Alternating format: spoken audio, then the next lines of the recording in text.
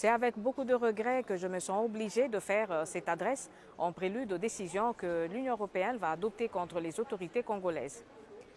À l'approche de l'adoption des sanctions ciblées, il conviendrait de rappeler les raisons qui justifient notre plus ferme engagement auprès du peuple congolais.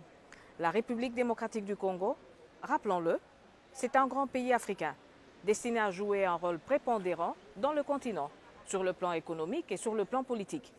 Sa position géostratégique au cœur de l'Afrique, l'immensité de son territoire et l'hospitalité légendaire des Congolais étaient et restent d'importants atouts pour l'Afrique centrale, l'Afrique orientale et l'Afrique australe.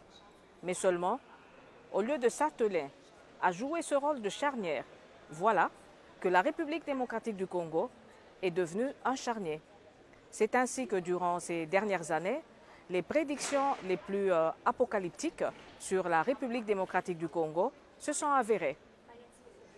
Enlisement politique, dégradation des droits de l'homme, répression excessive, étouffement de la société civile, installation généralisée du chaos.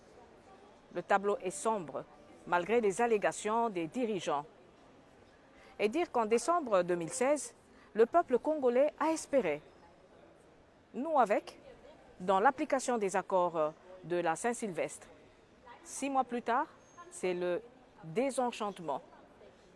Le régime en place faisant tout pour nier au peuple déjà meurtri le droit de se donner des nouvelles autorités.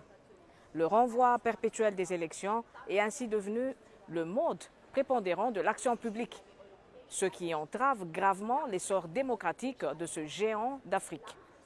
Face à un tel comportement, eh oui, les sanctions ciblées sont devenues nécessaires et l'Union européenne doit les intensifier. C'est pour encourager le souverain peuple congolais à se saisir de son destin pour faire de la République démocratique du Congo la grande nation démocratique et prospère qu'elle aurait dû être depuis longtemps.